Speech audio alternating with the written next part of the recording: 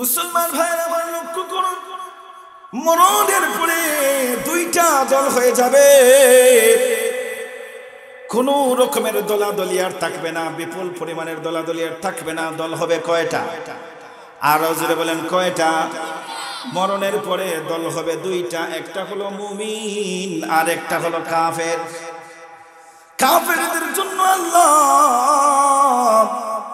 জাহান্নামের ব্যবস্থা করে রেখেছেন, আর মুমিন বান্দা বান্দীদের জন্য আল্লাহ তাআলা জান্নাত তৈরি করে রেখেছেন।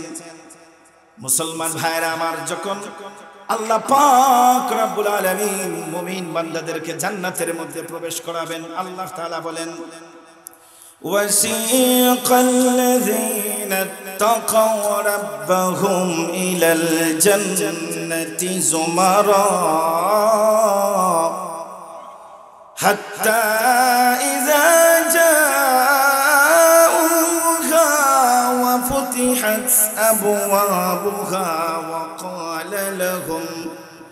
وقال لهم خزنتها سلام عليكم طبتم فادخلوها خالدين وقالوا الحمد لله। আল্লাহ রাব্বুল আলামিন জান্নাতীদেরকে জান্নাতের ফয়সালা করে দিবেন। আল্লাহ রাব্বুল আলামিন বলবেন, ও জান্নাতীরা, তোমরা দুনিয়ার মধ্যে বিপদে আপদে সর্ব অবস্থায় গুনাহ করার সুযোগ পেয়েছো, কিন্তু তোমরা গুনাহ করো নাই। শীতের মৌসুমে কষ্ট করে হলো ফজরের নামাজ পড়েছো, সুদ খাওয়ার সুযোগ ছিল, সুদ খাও নাই। ঘুষ খাওয়ার সুযোগ ছিল, ঘুষ খাও নাই। জেনা করার সুযোগ ছিল, জেনা করো নাই। বেবিচারিণী হওয়ার সুযোগ ছিল, বেবিচারিণী হও নাই। নানান রকমের অন্যায় অনিয়ম দুর্নীতি করার সুযোগ ছিল।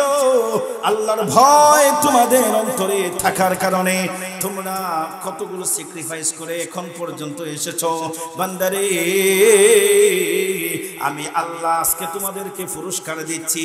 পুরস্কার হলো আল্লাহ তাআলা ঘোষণা করবেন, ও জান্নাত, জান্নাতের প্রহরীরা ফেরেশতাদেরকে বলবেন, আমার বান্দাদেরকে, জান্নাতি বান্দাদেরকে তোমরা সালামুন আলাইকুম তিবতুম, তোমরা আমার জান্নাতি বান্দা বান্দীদেরকে সালাম দিয়া জান্নাতের মধ্যে প্রবেশ করাও। জোরে বলেন সুবহানাল্লাহ।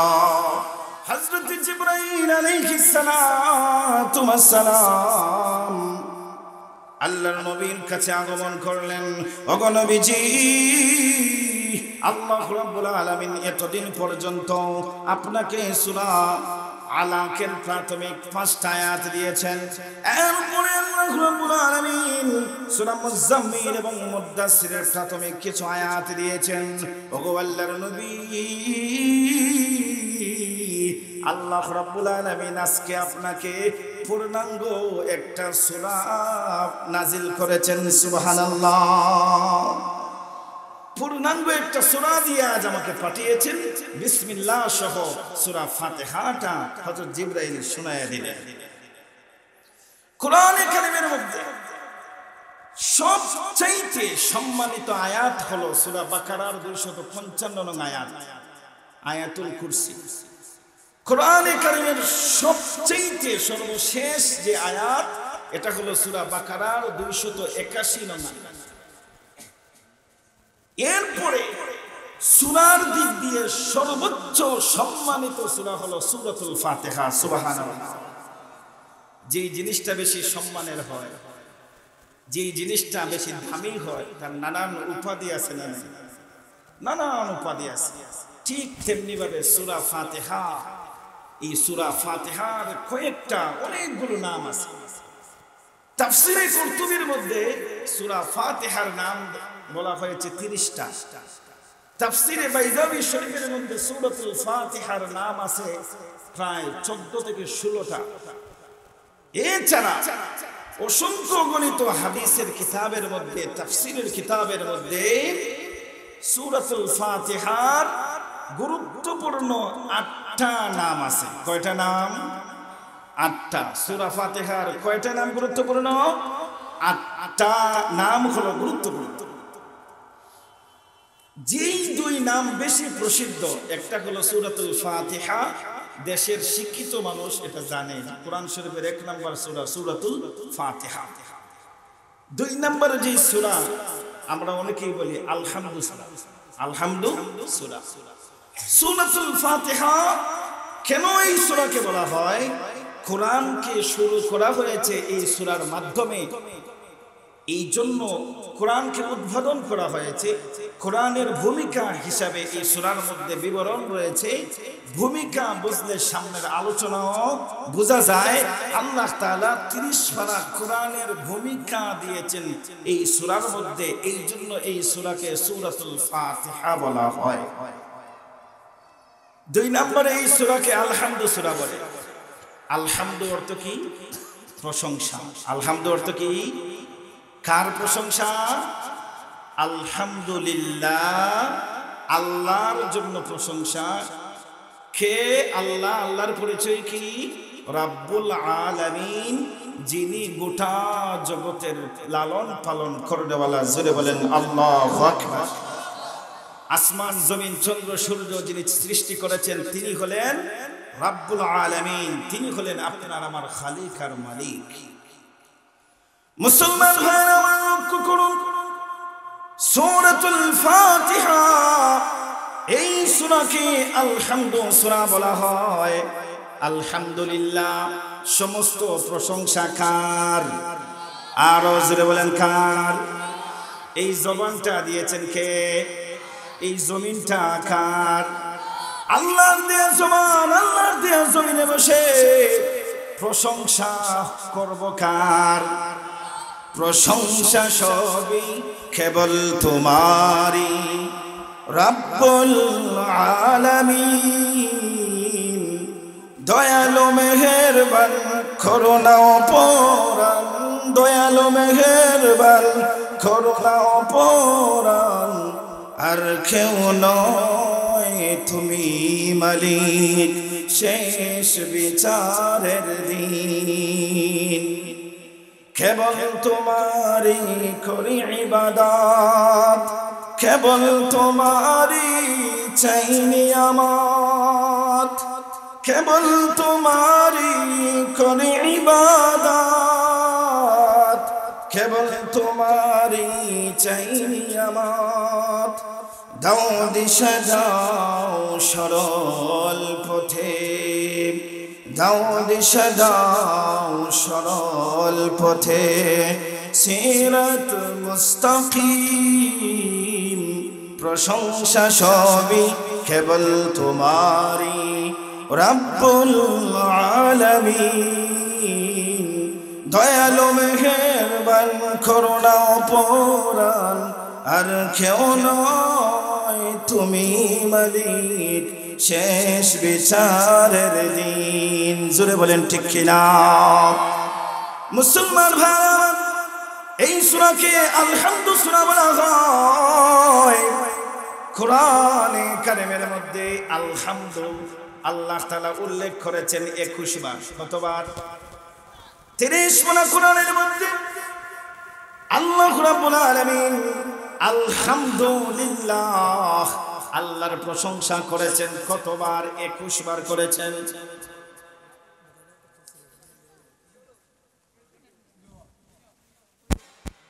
আমি কই আমার চাচা তো আমি কই নারে তাকবীর, দ্বীন ইসলাম।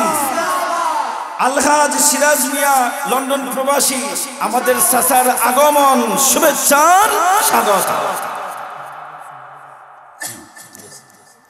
আলহামদুলিল্লাহ, আজকের মাহফিলের কর্ণধার এই যে আপনারা ঈদগাহ দেখতেছেন, এই ঈদগাহ জায়গা যিনি দিয়েছেন, ঈদগাহর সম্পূর্ণ কাজগুলো যিনি করে দিয়েছেন, তিনি হলেন আর কেউ নয়, আমাদের সকলের পরিচিত আমার চাচা। আল্লাহ চাচার আল্লাহ তাআলা সুস্থতার সাথে নেক হায়াত দান করুন, সকলে বলি আমিন। এই রকমের মানুষ আমাদের সমাজে দরকার আছে না নাই? এই যে একটা এলাকা যেখানে দীর্ঘদিন থেকে মুসল্লিরা ঈদের নামাজ পড়তে কষ্ট হয়, ঈদগাহ নাই, এত ঘনবসতি এলাকা, এত নামাজি আলহামদুলিল্লাহ আগের চাইতে নামাজি বাড়ছে না কমছে? অনেক বাড়ছে। ঈদের নামাজ ঈদগাহে পড়া উত্তম এবং সুন্নাহ। সাতগড়ের মানুষের সৌভাগ্য যে আলহাজ সিরাজ মিয়া সাহেবের মতো একজন মানুষ এই এলাকায় জন্ম নিয়েছেন, আর উনার মেহনতে, উনার উসিলায় এই এলাকাবাসীর মনের আশাটা পূর্ণ হয়েছে। আল্লাহ তাআলা চাচাকে সুস্থতার সাথে নেখায়াত দান করুন, সকলে বলি আমিন। আমি আমার আলোচনার দিকে যাচ্ছি। এই সূরাকে আলহামদু সূরা বলা হয়, প্রশংসার সূরা। আলহামদুটা পবিত্র কোরআনে কারিমের মধ্যে ছড়িয়ে ছিটিয়ে 30 পারা কোরআনে এসেছে 21 বার। কতবার? 21 বার এসেছে। আলহামদুলিল্লাহি রাব্বিল আলামিন এইভাবে আয়াত কোরআনে কারিমে এসেছে 4 বার। আমরা বুঝতে পারলাম যে এই সূরাকে আলহামদু সূরা বলা হয়, প্রশংসার সূরা বলা হয়। কেন? যে প্রশংসা কার হবে? যিনি আসমান, জমিন, চন্দ্র, সূর্য, নক্ষত্র সব কিছুকে সৃষ্টি করেছেন। এই জন্য আল্লাহ তাআলা গোটা মানব জাতির জন্য কোরআনকে নাজিল করে দিয়ে আল্লাহ তাআলা বলে দিলেন, বান্দা বান্দীরা শোনো, আমি কোরআন দিয়েছি। এই কোরআন হলো মানবতার মুক্তির সনদ। এই কোরআনের মাধ্যমে তোমরা জাহান্নামের আগুন থেকে বাঁচতে পারবে। এই কোরআন পেয়েছো, নবী পেয়েছো, আমি আল্লাহ দিয়েছি। এই জন্য সূরা ফাতিহার প্রথম আয়াত হলো আলহামদুলিল্লাহি রাব্বিল আলামিন। সমস্ত প্রশংসা হলো কার? আল্লাহ তাআলা। আলহামদুলিল্লাহ এত বড় একটা চমৎকার একটা শব্দ, একটা বাক্য। মুসলমান ভাইরা আমার, একটু মনোযোগ দিয়ে শুনেন। আল্লাহ তাআলা হযরত আদম আলাইহিস সালামকে সৃষ্টি করেছেন মাটি দিয়া। পৃথিবী থেকে মাটির সার নির্যাস যাকে বলা হয়, আল্লাহ তাআলা আদম আলাইহিস সালামকে সৃষ্টি করেছেন। সৃষ্টি করার পরে রূহটা দিয়েছেন, বডির মধ্যে একটু চেতন এসেছে। আস্তে আস্তে যখন নাকের ডগার মধ্যে রূহটা এসে লাগলো, তখন আদম আলাইহিস সালাম সর্বপ্রথম যে কথা বলেছিলেন সেটা হাসি দিয়েছিলেন, আর হাসি দেওয়ার পরে বলেছিলেন আলহামদুলিল্লাহ। আদম আলাইহিস সালামকে সৃষ্টির পরে আদম আলাইহিস সালামের জবান থেকে সর্বপ্রথম কোন বাক্য বের হয়েছে? আলহামদুলিল্লাহ। চাইলে অন্য কিছু বের হতে পারত, এই আলহামদুলিল্লাহ বের হলো কেন? আদম আলাইহিস সালাম আদম সন্তানদেরকে যে আল্লাহ তাআলা সৃষ্টি করছেন, আদম আলাইহিস সালাম হাসির উসিলায় আল্লাহর কাছে শুকরগুজার হয়েছেন। সুবহানাল্লাহ। মুসলমান ভাইরা আমার, লক্ষ্য করুন, কাল কিয়ামতের ময়দানে পৃথিবীর প্রত্যেকটা মানুষ দুই ভাবে ভাগ হয়ে যাবে। দুনিয়ার মধ্যে মানুষের এক একজনের এক একটা পরিচিতি আছে। কেউ বলে আমরা আহলে হাদিস, কেউ বলে আমরা সুন্নি, কেউ বলে আমরা মিলাদ পার্টি, কেউ বলে আমরা আওয়ামী লীগ, কেউ বলে আমরা বিএনপি, কেউ বলে আমরা জামাত, কেউ বলে আরো নানানটা, দেওয়ানবাগির উত্তরসূরি, আট্রসির উত্তরসূরি, হিজবুত তাওহীদ, কত রকমের দল আছে না নাই? মুসলমান ভাইরা ভাই, লক্ষ্য করুন, মরণের পরে দুইটা দল হয়ে যাবে। কোন রকমের দলাদলি আর থাকবে না, বিপুল পরিমাণের দলাদলি আর থাকবে না। দল হবে কয়টা? আরো জোরে বলেন, কয়টা? মরণের পরে দল হবে দুইটা, একটা হলো মুমিন আর একটা হলো কাফের। কাফেরদের জন্য আল্লাহ জাহান্নামের ব্যবস্থা করে রেখেছেন, আর মুমিন বান্দা বান্দীদের জন্য আল্লাহ তাআলা জান্নাত তৈরি করে রেখেছেন। মুসলমান ভাইরা আমার, যখন আল্লাহ পাক রব্বুল আলামিন মুমিন বান্দাদেরকে জান্নাতের মধ্যে প্রবেশ করাবেন, আল্লাহ তাআলা বলেন, ওয়াসিকাল্লাযীনা তাকাউ রাব্বাহুম ইলাল জান্নাতি যুমারা হাত্তা ইযা জাউহা ওয়া ফুতিহাত আবওয়াবুহা وقال لهم خزنتها سلام عليكم طبتم فادخلوها خالدين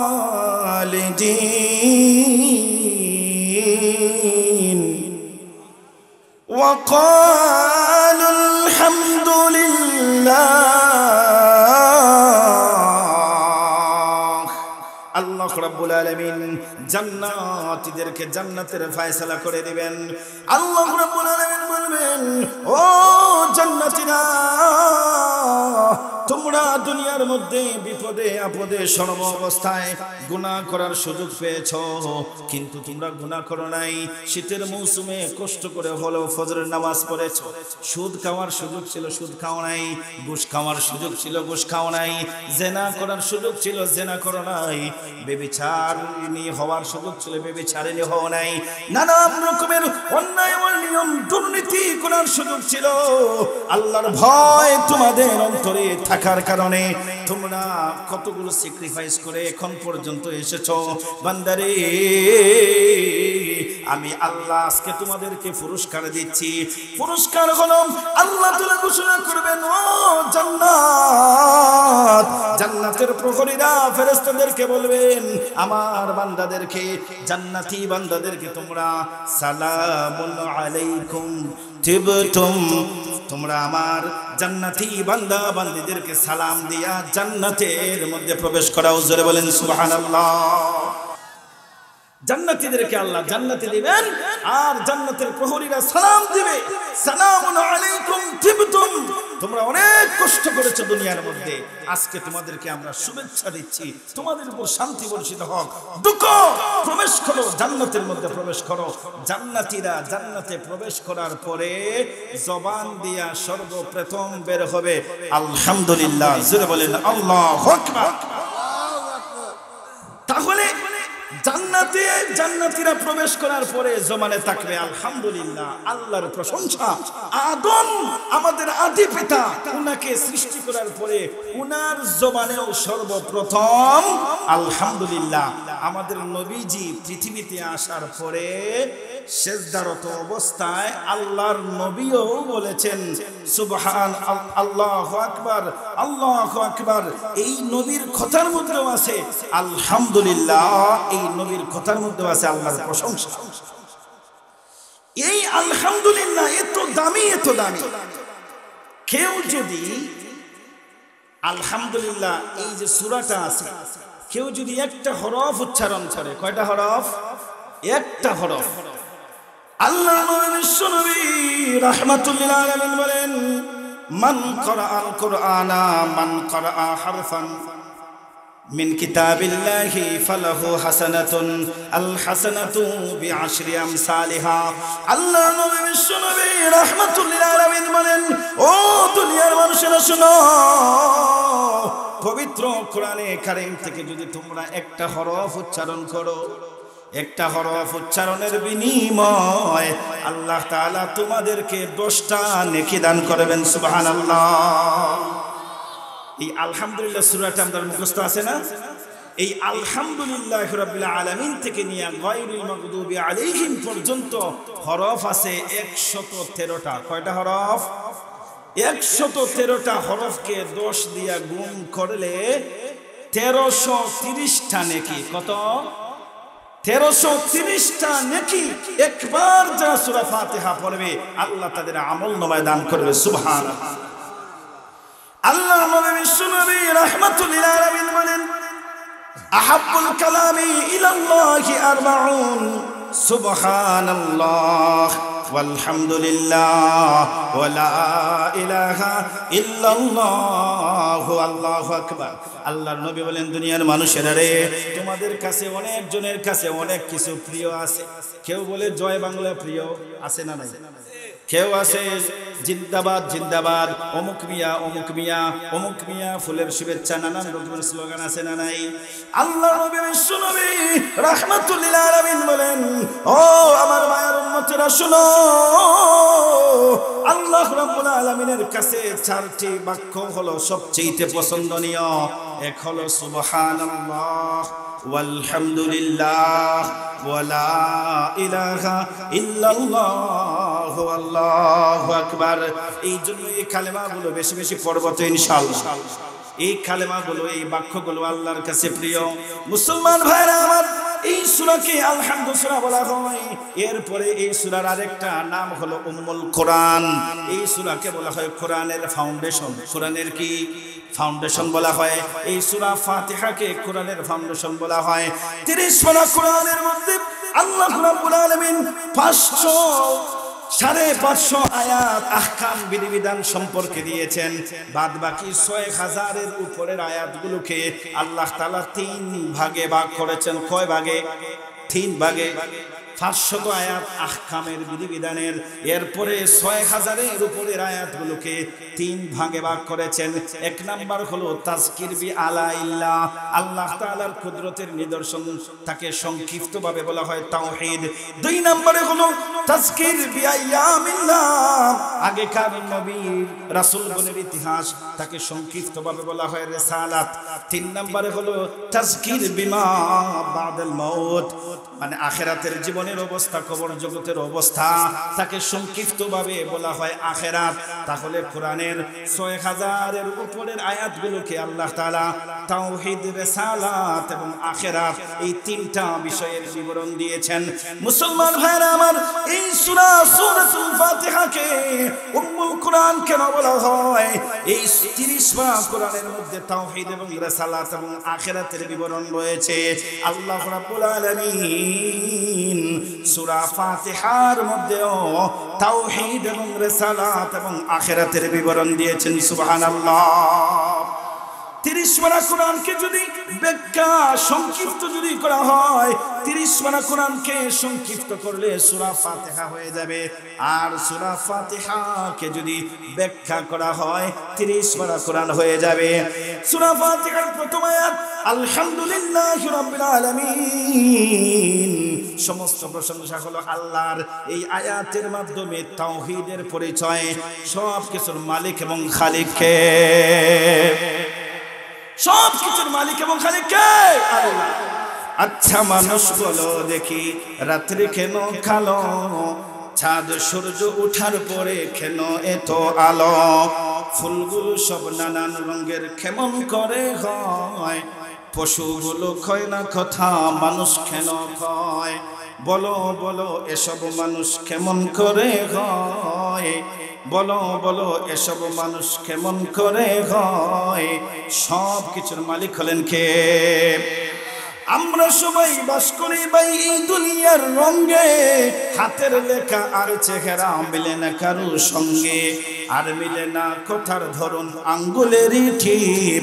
আল্লাহ তাআলা একজন আছেন, প্রমাণ হলো ঠিক। মুসলমান ভাইরা আমার, আলহামদুলিল্লাহি রাব্বিল আলামিনের মাধ্যমে তাওহীদের পরিচয় পাওয়া যায়, আর রহমানির রহিমের মাধ্যমে রিসালাতের পরিচয় পাওয়া যায়। আল্লাহর নবী আল্লাহ রাব্বুল আলামিন বলেন, ওয়া মা আরসালনাকা ইল্লা রাহমাতাল লিল আলামিন। আল্লাহ তাআলা আল্লাহর নবীকে রাহমাতাল লিল আলামিন বানিয়ে পৃথিবীতে পাঠিয়েছেন। আল্লাহ হলেন রহমান, আল্লাহ হলেন রহিম, আর তার নবীকে বানিয়েছেন রাহমাতাল লিল আলামিন। সুবহানাল্লাহ। মালিক ইয়াউমিদ্দিন, এই আয়াতের মাধ্যমে আখিরাতের পরিচয় পাওয়া যায়। এই জন্য সূরাতুল ফাতিহাকে বলা হয় উম্মুল কোরআন। 30 পারা কোরআনের সারমর্ম হলো সূরাতুল ফাতিহা। 4 নম্বরে এই সূরাকে বলা হয় উম্মুল কিতাব, সমস্ত আসমানি কিতাব সমূহের ফাউন্ডেশন, সমস্ত আসমানি কিতাব সমূহের ফাউন্ডেশন। আল্লাহর নবী বিশ্ব নবী রাহমাতুল লিল আলামিন হযরত উবাই ইবনে কাব রাদিয়াল্লাহু তাআলা আনহুকে বলেন, হ্যাঁ উবাই ইবনে কাব, আমি কি তোমাকে এমন একটা সূরার কথা বলবো যেই সূরার সমতুল্য তাওরাতের মধ্যে নাই, যেই সূরার সমতুল্য ইনজিলের মধ্যে নাই, যেই সূরার সমতুল্য অন্যান্য আসমানি কিতাব সমূহের মধ্যে নাই। ও উবাই ইবনে কাব শুনো, আল্লাহ রাব্বুল আলামিন সূরা ফাতিহাকে দিয়েছেন এই সূরার সমতুল্য কোন সূরা আসমানি কিতাব সমূহের মধ্যে নাই। জোরে বলেন সুবহানাল্লাহ। এই জন্য এই সূরাকে উম্মুল কিতাব বলা হয়, সমস্ত কিতাবের ফাউন্ডেশন। একটা বিবরণের মধ্যে আছে, কেউ যদি সূরা ফাতিহাকে একবার তেলাওয়াত করে, কয়বার? একবার তেলাওয়াত করার কারণে সমস্ত আসমানি কিতাবগুলো তেলাওয়াত করা হয়ে যাবে। সুবহানাল্লাহ।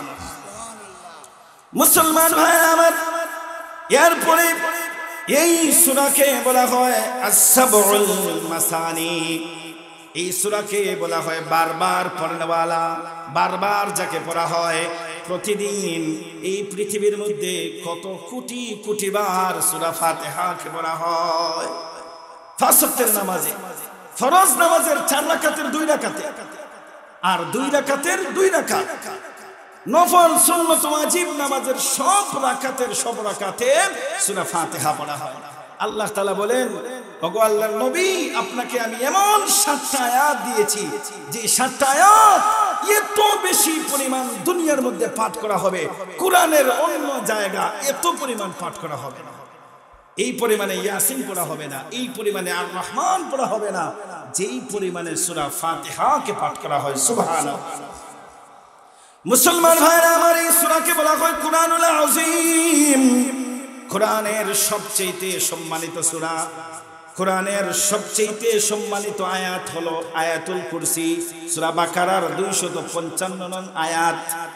আর কোরআনের মধ্যে সবচেয়ে সম্মানিত সূরা হলো সূরাতুল ফাতিহা।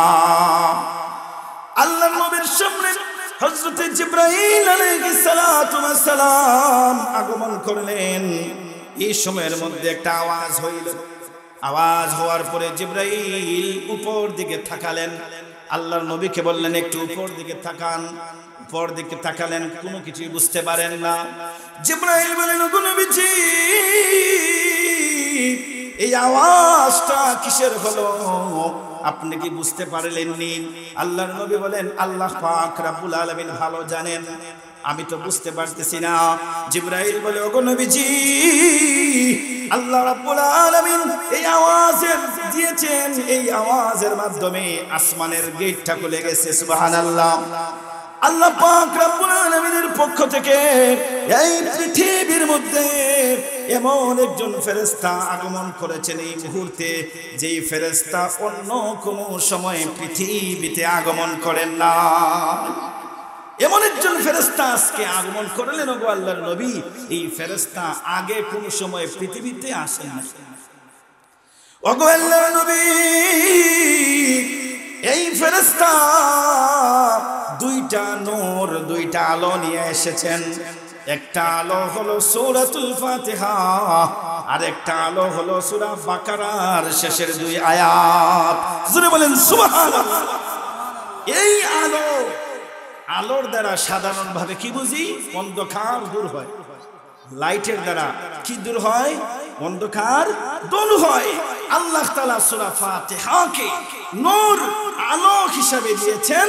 এই সূরা ফাতিহার বরকতে, সূরা ফাতিহার বিবরণের উপরে বিশ্বাস যারা রাখবে, এই দুনিয়ার মধ্যে অজ্ঞতা, মূর্খতা, বর্বরতা, যত রকমের অন্ধকার আছে সব কিছুকে পিছনে রেখে সূরা ফাতিহার নূর জান্নাত পর্যন্ত পৌঁছায় দেবে। জোরে বলেন সুবহানাল্লাহ। মুসলমান ভাইরা আমার, তাহলে এই সূরাকে কুরআনুল আযীম, কোরআনের সবচেয়ে সম্মানিত সূরা কোনটি? সূরাতুল ফাতিহা। এরপরে এই সূরাকে বলা হয় সূরাতুর রুকাইয়া অথবা সূরাতুশ শিফা। বেমারি, অসুস্থ ব্যক্তিদের জন্য ঔষধ এই সূরার মধ্যে আছে। সুবহানাল্লাহ। সূরা ফাতিহা ঔষধ। আমাদের দুনিয়ার মধ্যে অসুস্থতা আছে না নাই? অসুস্থ হওয়ার পরেই মেডিকেলে দৌড়, ডাক্তারের কাছে দৌড়, ডাক্তারের কাছে হয়রান পেরেশান হইয়া এরপরে লাস্টে আইব হুজুরের কাছে, যে হুজুর কি করা যায়। অথচ আল্লাহ তাআলা সমস্ত রোগের ঔষধ দিয়েছেন সূরাতুল ফাতিহা। সুবহানাল্লাহ বলেন। সমস্ত রোগের ঔষধ, পেট ব্যথার ঔষধ সূরা ফাতিহা, ক্যান্সারের ঔষধ সূরা ফাতিহা, মাথার ধরা, যত রকমের অসুস্থতা, জ্বর, পেট ব্যথা, মাথা ব্যথা, নানান রকমের অসুবিধা আছে, সব রোগের ঔষধ হলো সূরাতুল ফাতিহা। জোরে বলেন সুবহানাল্লাহ। তিরমিজি শরীফের হাদিসের মধ্যে এসেছে, আবু সাঈদ খুদরি রাদিয়াল্লাহু তাআলা আনহু বলেন, একদিন আমরা একটা কাফেলা মরুভূমি দিয়ে যাইতেছি, হঠাৎ করে একজন মুশরিক আসলো। আসার পরে বলল, আমাদের মাঝে একজন ব্যক্তি আছে যাকে সাপে কামড় দিয়েছে। কি? সাপে কামড় দিয়েছে। আপনাদের মাঝে কি কোনো চিকিৎসক আছে এই ব্যক্তির চিকিৎসা করার জন্য? আবু সাঈদ খুদরি রাদিয়াল্লাহু তাআলা আনহু বললেন, আল্লাহর নবীর পবিত্র জবান থেকে শুনেছি সূরাতুল ফাতিহা সমস্ত রোগের ঔষধ। তাহলে সাপে কামড় দেওয়ার সূরা ফাতিহা ঔষধ। সূরা ফাতিহা কি? ঔষধ। দুনিয়ার অনেক মানুষ ক্যাম্পাসারের বক্তব্য মিথ্যা হতে পারে, দুনিয়ার অনেক লেকচারারের বক্তব্য লেকচার মিথ্যা হতে পারে, কিন্তু আল্লাহর নবীর বক্তব্য কি মিথ্যা হতে পারে? আরো জোরে বলেন, মিথ্যা হতে পারে না। বরং এই দুনিয়ার সবচেয়ে সত্যবাদী হলো আমার আপনার নবী মুহাম্মদুর রাসূলুল্লাহ সাল্লাল্লাহু আলাইহি ওয়াসাল্লাম। আমার নবী যখন নবুয়তের দাওয়াত দেন নাই, তখন পর্যন্ত কাফের বেঈমানদের মুখে মুখে ছিল আমার নবী আল আমিন, আমার নবী বিশ্বাসী, আমার নবী আমানতদার। জুড়ে বলেন সুবহানাল্লাহ। মুসলমান ভাইরা আমার লক্ষ্য করুন, আবু সাঈদ খুদরি রাদিয়াল্লাহু তাআলা আনহুর কাছে ওই মুশরিক যখন আসলো, মুশরিক আসার পরে বলল, আমাদের মাঝে একজন লোক আছে সাপে কামড় দিছে, আপনাদের মাঝে কোনো ডাক্তার আসেনি? আবু সাঈদ খুদরি বললেন, আল্লাহর নবীর জবান থেকে শুনেছি সূরাতুল ফাতিহা সর্বরোগের ঔষধ। সাপে কামড় দিয়েছে, ঔষধ সূরা ফাতিহা। আবু সাঈদ খুদরি রাদিয়াল্লাহু তাআলা আনহু বললেন, হ্যাঁ আছে, আমি নিজেই হলাম সেই চিকিৎসা করব। এই মুশরিক ব্যক্তি সাপে যাকে কামড় দিছে সামনে নিয়ে আইলো। আবু সাঈদ খুদরি রাদিয়াল্লাহু তাআলা আনহু এক এক করে 7 বার সূরা ফাতিহা তেলাওয়াত করে ফু দিলেন। আল্লাহ রাব্বুল আলামিন সূরা ফাতিহার বরকতে সাথে সাথে বিষকে পানি বানিয়ে দিয়েছে। এখন যদি আপনি বিশ্বাস রাখতে পারেন, বিড়ি খাইয়া যদি সূরা ফাতিহা পড়ে কাজে না, কারণ মুখটা তো পবিত্র হওয়া লাগবে। মুখটা তো কি পবিত্র হওয়া লাগবে। সুদগুর যদি সূরা ফাতিহা 7 বার না 7000 বার পড়ে, তার পড়ার দ্বারা কোনো কাজ হবে? কোন দায়ুস তার স্ত্রী বেপরদায় চলে, তার মেয়ে বেপরদায় চলে, সে যদি বেহাপনা অশ্লীলতায় থাকে, তার ফুর দ্বারা 7 বার না 7000 বার দিলেও কাজ হবে না। কারণ যেই জবান দিয়া পড়বে, এই জবানটা পাক হওয়া লাগবে। সুদ খেয়ে জবানটাকে নাপাক করে দিয়েছ, ঘুষ খেয়ে জবানটাকে নাপাক করে দিয়েছ, ব্যভিচার করে চরিত্রটাকে নষ্ট করে দিয়েছ। এই জন্য মাঝে মাঝে গিয়া বলো, হুজুর আমি তো সূরা ফাতিহা পড়ি কিন্তু লাভ হয় না। সমস্যা তো তোমার জায়গায়। আর আবু সাঈদ খুদরি রাদিয়াল্লাহু তাআলা আনহুর মতো বিশ্বাস যদি অন্তরে রাখেন, আর এই বিশ্বাস নিয়ে সূরা ফাতিহা যদি তেলাওয়াত করা হয়, আল্লাহর উপর ভরসা করে বলতে পারি সব রোগের শিফা হবে কি হবে না? আল্লামা গফুরি রাহমাতুল্লাহি আলাইহি, আপনারা মুরব্বী যারা আছেন, ইয়ং জেনারেশন যারা আছেন, সকলেই চিনেন কি চিনেন না? আমাদের সিলেটের বরণ্য একজন শায়খুল হাদিস ছিলেন, খুব বিখ্যাত একজন ওলি ছিলেন। হুজুরের এক বক্তব্যের মধ্যে আমি শুনেছি, হুজুর বলতেছেন, হুজুরকে একজন জিজ্ঞাসা করলো, হুজুর এত মানুষ লাইন ধরিয়া রাত্রের রাত অপেক্ষা করে, বাংলাদেশের পূর্ব থেকে পশ্চিম, উত্তর থেকে দক্ষিণ, এতগুলো মানুষ আপনার কাছে আসে, লন্ডনে গেলেও আপনাকে মানুষ ভিড় করে, যে দেশেই যান সেই জায়গায় ভিড় করে, হুজুর আপনি মেডিসিন চিকিৎসা হিসাবে কি দেন? আপনার কাছে একজন ক্যান্সার লাগে গেল, এই ফানি ফোড়া তেল ফোড়া, একজন পেট ব্যথার জন্য গেল ফানি ফোড়া তেল ফোড়া, একজন গেল হুজুর বিদেশ যাইব, হুজুর বললে এই ফানি ফোড়া খা, আরেকজন গেল হুজুর আমার মেয়ের বিয়ে হয় না, এই ফানি ফোড়া তেল ফোড়া, এই দুইটা জিনিস ফানি এবং তেল সর্বরোগের। হুজুর বলেন, আরে সূরা ফাতিহা পড়ে আমি ফু দেই, যেই বিশ্বাস নিয়ে ফু দেই, যে আল্লাহর উপর ভরসা করে ফু দেই, দেখা যায় সূরা ফাতিহার বরকতে হাজার হাজার রোগী সুস্থ হয়ে গেছে। সুবহানাল্লাহ। ডাক্তার বলে দিয়েছে মরণ ছাড়া উপায় নাই, এমন রোগ হইছে মরণ ছাড়া উপায় নাই। দৌড় দিয়ে গেছে, হুজুর ডাক্তার সাহেব বলছে আর বেশি দিন বাঁচবো না, সময় শেষ। হুজুর বললেন এই ফানি ফোড়া নেও, আল্লাহর উপর করে খাও। দেখা যায় ডাক্তার সাহেব কিছুদিন ভয়া হয়, কি ব্যাপার আপনি এখনো আছেন? আরে থাকবো না কেন? দুনিয়ার মেডিসিন অকৃতকার্য হতে পারে, দুনিয়ার চিকিৎসা ব্যর্থ হতে পারে, ভুল হতে পারে। ভুল হয় কি হয় না? দুনিয়ার চিকিৎসা ভুল হতে পারে, কিন্তু কোরআনের চিকিৎসা সত্য, সত্য, চিরন্তন সত্য। যেই রকম বিশ্বাস করে আল্লাহ তাকে সেই রকমের দেন, সেই রকমের পুরস্কৃত। এই জন্য সূরা ফাতিহা সর্বরোগের ঔষধ।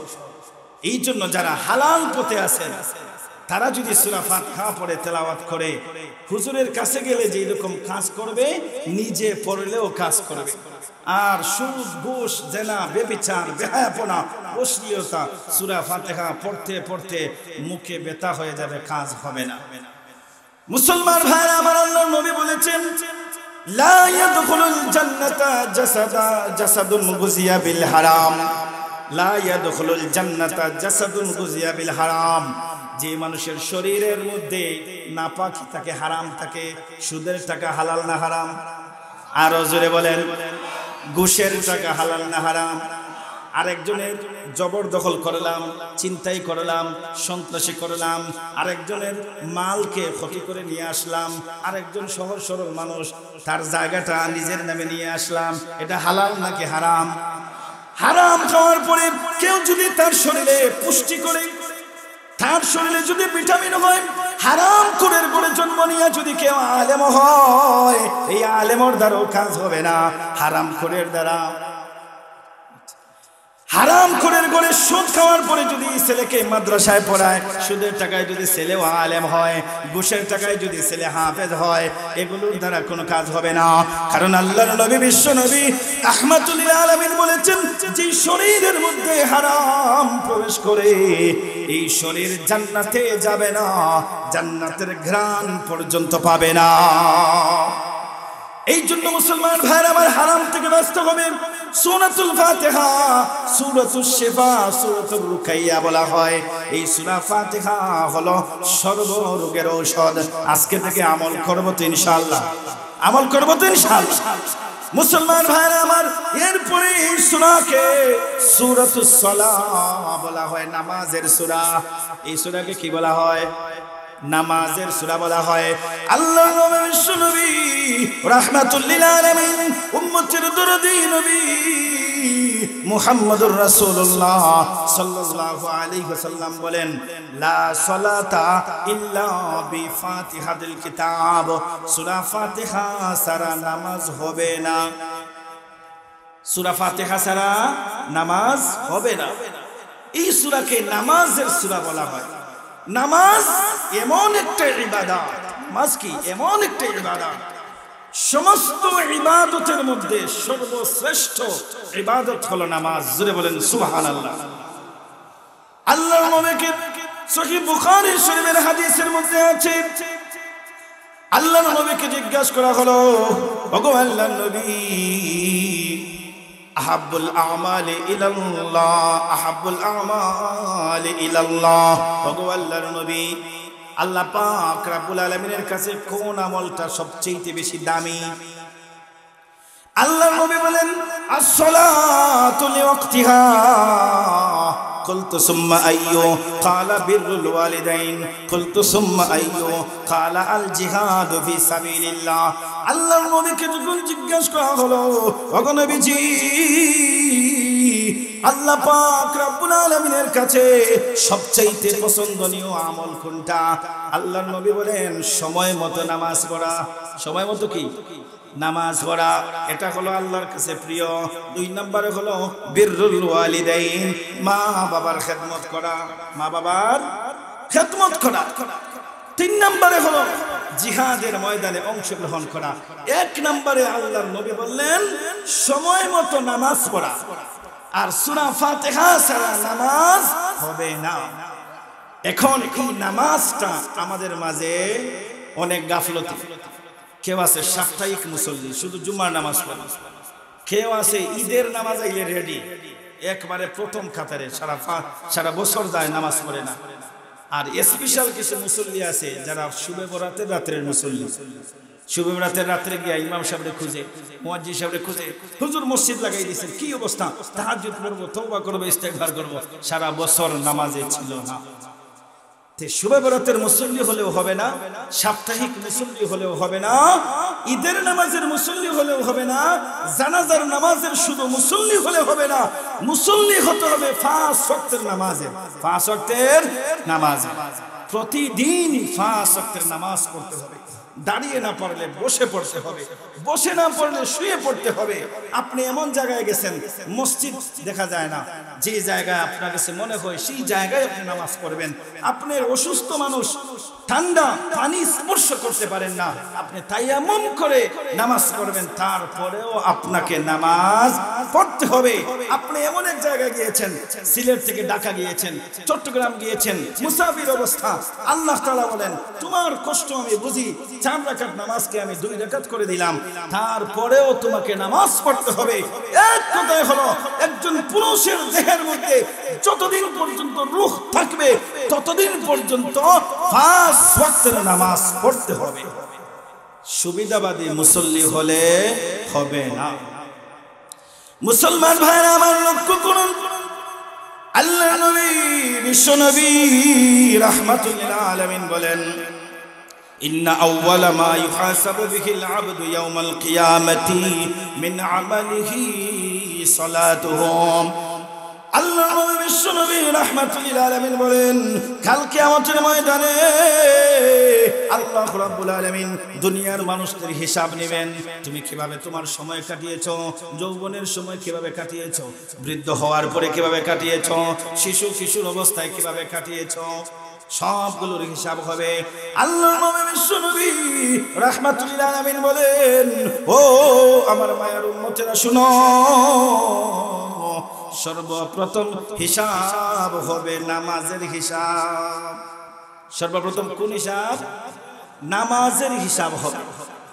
যে মানুষ, আল্লাহ নবী বলেন, যে মানুষের নামাজের হিসাবটা সঠিক হয়ে যাইবে, নামাজের বরকতে আল্লাহ তাআলা দুনিয়ার সব হিসাবকে সহজ করে দিবেন। আরো জোরে বলেন সুবহানাল্লাহ। যে মানুষ নামাজের হিসাব দিতে পারবে আল্লাহ তাআলা তার সব হিসাবগুলোকে সঠিক করে দিবেন। এখন আপনার আমার অবস্থা চিন্তা করুন, এক সপ্তাহের মধ্যে কত ওয়াক্ত নামাজ পড়ছেন, কত ওয়াক্ত পড়েন নাই, 1 মাস, 1 বছর, এখন যার বয়স 40 বছর, বালেগ হওয়ার পরে কত বছর গেল, হিসাব কেমনে দিবেন? আজকে থেকে 3 দিন আগে দুপুরবেলা কি দিয়ে খাইছেন বলতে পারবেন? আজকে থেকে 3 দিন আগে সকাল 11টার সময় আপনি কোথায় ছিলেন বলতে পারবেন? কঠিন নাকি সহজ? কঠিন, কঠিন, মহা কঠিন। এত সহজ না, অনেক কঠিন হিসাব দেওয়া। কিন্তু 5 ওয়াক্তের নামাজ যারা পড়বে, 5 ওয়াক্তের নামাজের বরকতে দুনিয়ার সব হিসাবগুলোকে আল্লাহ সহজ করে দিবেন। সুবহানাল্লাহ। আল্লাহর নবী বলেন, মানুষ 3 জায়গায় কেউ কাউকে স্মরণ করবে না। কয় জায়গা? 3 জায়গায় কেউ কাউকে স্মরণ করবে না। 1 নাম্বার হলো আমলনামা দেওয়ার আগে আপনার আমল, এটা কি নেকির পাল্লা ভারী নাকি গুনার পাল্লা ভারী? এই আমলের জানার আগে আপনি কি জান্নাতি নাকি জাহান্নামী, আপনার কোন দিকে ডান বাম, এটা যদি আপনি জানার আগ পর্যন্ত আপনি কিছুই কেউ কাউকে স্মরণ করবে না, যেটাকে মিজানের পাল্লা বলা হয়, এর আগে এই সময় কেউ কাউকে স্মরণ করবে না। 2 নম্বরে হলো ফুলসিরাতের রাস্তা, 30,000 মাইল, 10 লক্ষ উঠে, 10 লক্ষ মাঝখানে, আর 10 লক্ষ হলো কি, 10,000 হলো নিচে। এই যে 30,000 যে বছরের রাস্তা ফুলসিরাত, ওই ফুলসিরাত পার হওয়ার সময় কেউ কাউকে স্মরণ করবে না। আরেকটা বিষয় হলো, একবারে চূড়ান্ত ফয়সালা হওয়ার আগ পর্যন্ত কেউ কাউকে স্মরণ করবে না, সে জান্নাতি নাকি জাহান্নামী। এই অবস্থা থাকবে। আল্লাহর নবীকে হযরত আয়েশা বলেন, ওগো নবীজি, আপনিও কি এই সময় কাউকে স্মরণ করবেন না? আল্লাহর নবী বলেন, আমিও এই সময় কাউকে স্মরণ করতে পারবো না, কারণ আল্লাহর দয়া ছাড়া আমি নিজেও জান্নাতে যেতে পারবো না। চিন্তা করে দেখুন তাহলে আপনার আমার অবস্থা কি হবে। এই জন্য মুসলমান ভাইরা আমার, সূরাতুল ফাতিহা এটা গুরুত্বপূর্ণ একটা সূরা। এই সূরার মাধ্যমে রবের সাথে সম্পর্ক হয়। এই সূরার মাধ্যমে রবের সাথে সম্পর্ক। আল্লাহ তাআলা বলেন, আলহামদুলিল্লাহি রাব্বিল আলামিন। যখন বান্দা নামাজে আসিয়া পড়ে, আল্লাহ তাআলা তার জবাব দেন, হামিদানি আবদি। সুবহানাল্লাহ। আমরা তো বুঝি না, আল্লাহ তাআলা জবাব দেন এই নামাজে। বান্দা যখন বলে আলহামদুলিল্লাহি রাব্বিল আলামিন, আল্লাহ জবাব দেন, হামিদানি আবদি, আমার বান্দা আমার প্রশংসা করেছে। সুবহানাল্লাহ। আর রহমানির রহিম, আসনা আলাইয়া আবদি। বান্দা যখন এভাবে বলতে থাকে, আল্লাহ দয়ালু, আল্লাহ মেহেরবান, আল্লাহ বলে, বান্দারে তুমি আমার গুণগান গাইতেছ, আমি তোমার গুণগানের ব্যাপারে সাক্ষী হয়ে আমিও বলতেছি, আসনা আলাইয়া আবদি, আমার বান্দা আমার গুণগান গেয়েছে। মালিক ইয়াউমিদ্দিন, মাজ্জাদানি আবদি। আমরা যখন বলি মালিক ইয়াউমিদ্দিন, আল্লাহ বলেন মাজ্জাদানি আবদি, বান্দা আমার মহত্ব মর্যাদা বর্ণনা করতেছে। এভাবে সূরা ফাতিহার প্রতিটি আয়াতের জবাব আল্লাহ তাআলা দেন। আল্লাহ তাআলা জবাব দিতে গিয়া নামাজের মাধ্যমে রবের সাথে সম্পর্ক হয়ে যায়। যে মানুষ দুনিয়ার মধ্যে রবের সাথে সম্পর্ক ঠিক থাকবে, আল্লাহ তাআলা তাকে জান্নাতের ব্যবস্থা করে দেবেন। সুবহানাল্লাহ। এই জন্য সূরা ফাতিহা কোরআনের সর্বশ্রেষ্ঠ সূরা। 1 নাম্বার নাম হলো সূরা ফাতিহা, 2 নাম্বার হলো আলহামদু সূরা, 3 নম্বরে হলো উম্মুল কোরআন, 4 নম্বরে হলো উম্মুল কিতাব, 5 নম্বরে হলো কোরআনুল আযীম, 6 নম্বরে হলো আস-সাবউল মাসানি, 7 নম্বরে হলো সূরাতুর রুকাইয়া, আর 8 নম্বরে হলো সূরাতুস সালাহ। এই 8টা নাম হলো শুদ্ধ। এই 8টা নামের মাধ্যমে যেগুলো আলোচনা হইল, আল্লাহ তাআলা আপনাকে আমাকে এই আলোচনার উপর আমল করার তৌফিক দান করুন। সকলে বলি আমিন। আসসালামু আলাইকুম ওয়া রাহমাতুল্লাহ।